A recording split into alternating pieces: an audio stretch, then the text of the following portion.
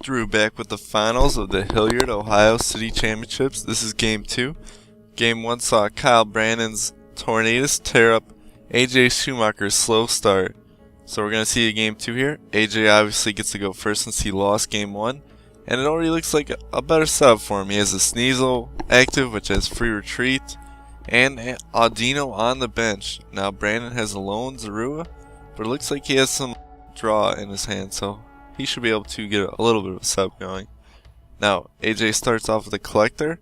He's probably going to grab Victini, maybe a couple of Carvina to really get set up here. He really needs to hit a strip bear in this game, I feel, to be able to win, because I feel like Terrakion is such a huge difference maker on Kyle Brandon's side of the field. AJ really has no answer to Terrakion, so it looks like he's going to go for a quick Audino attack here, powerful slap, and he flips tails the first time and heads the second time. So AJ is looking to apply some early pressure here and try to win as fast as possible. Now Kyle goes out and top decks that Tornadus and has the DC and Weavile, so he does have a Juniper, I think it is, and he's able to avoid wasting some of the energy in his hand. Looks like he has at least one more DC in his hand, so he avoids losing those energy. He doesn't have to Juniper just yet. So we're going to see what AJ does on his side, and he will punt. Now AJ only plays one switch, I believe, so it's going to be pretty hard for him to strip bear this turn. He has to hit the Sharpedo and the switch, so we might be another turn off of that. And if I was Kyle, I might have tried to get my setup going as fast as possible there. By passing that turn and not playing any draw, you're really leaving yourself open to the Sharpedo. I might have liked to see him try and get set up there. You know, Juniper, try to get a Terrakion out, try to get something out to get going. So we will see the Sharpedo. He hits both cards. He hits the switch and the communication for Sharpedo. So we will see a strip bear here. He needs 2 heads. And that looks like a tails down there, so he will reflip. And he hits it. That's the difference maker in this matchup. And AJ is on a roll now. He hit what he needed. Oh, but Kyle Brandon has top decked a copycat. It's only for 4, and he didn't hit anything meaningful though. So he's going to need this hand to survive a turn as well. And he will be able to hit for 80. And now I'd like to see AJ go for the Weavile. Check out what Kyle Brandon got. He can Weavile, see if he needs to strip bear again. Maybe Kyle has too many good cards in his hand, and he'll be able to survey his options once he gets the Weavile out. Aside from that, he might think about raging, which would do a lot of damage, put Kyle Brandon on a 1-turn clock. Or he could retreat to the Audino. It all just depends on whether he gets a Weavile out to see what Kyle got. If he doesn't get a Weavile, he's going to have to go ahead and strip bear, I think, again. So he discarded, looks like a Junk Arm and a Dark Energy off that Sage. Not sure what he got. And he will go ahead and attach to the Audino again. So it looks like he's not going to rage. He didn't hit a DC or something like that.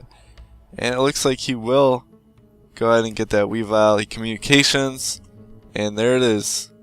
So he's going to see he doesn't have to strip bear this turn if he doesn't want to. And maybe try to get a couple Audino heads. Now because of that Weavile, Tornadus is only taking 20 from 1 heads. Maybe he wants to reflip off 1 heads, try to get 2, put some real damage on Tornadus, because attacking with the accepting the 1 heads is only 20 damage, and then attacking again with 3 energy, the average is only going to be 60 damage. So this Tornadus is actually like a 3-hit KO realistically for AJ, assuming he gets average coin flips, and I don't think that's going to be what he wants to do. 3 turns is quite a few turns for Kyle to be able to top deck something. And he will top deck anyways right away. He hits a Sharon but does not get a Pokemon. He gets a draw card though, so if this Tornadus lives another turn, Kyle's looking pretty good. And he will just go ahead and do the 60, which is 80 reduced by the light on the Audino. And AJ is going to need some kind of magic with his powerful slap this turn, I feel.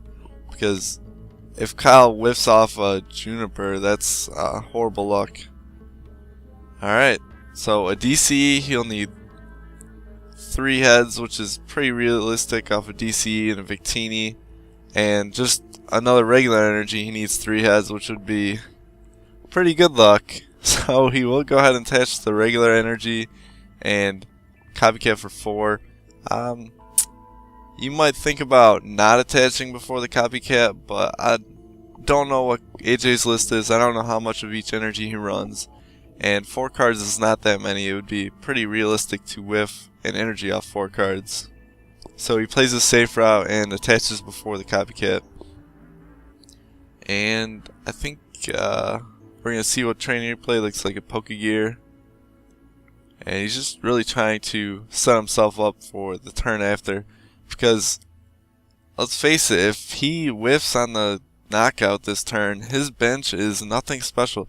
He's got a Sharpedo that only has 10 HP left, a Weavile with no energy, a Carvina that's just sitting on his bench, and the Victini. So, if he whiffs this turn and the Audino goes down, which it would from another Tornadus attack, things would not be looking good for AJ. So Kyle has survived, and things are looking decent for him if he survives. And AJ just goes ahead and flips 3 heads. So AJ pulls it off there. He gets the powerful slap. Tornadus could not handle the powerful slap. And pretty unfortunate for Kyle. He was fortunate that he kept top decking after those strip bears and all the disruption. So on one hand he's unlucky, but he was also pretty lucky, I feel, to be in that. So we will have a game 3, and if AJ's deck can do that again, he can pull it off. So I'll be right back with that for you folks.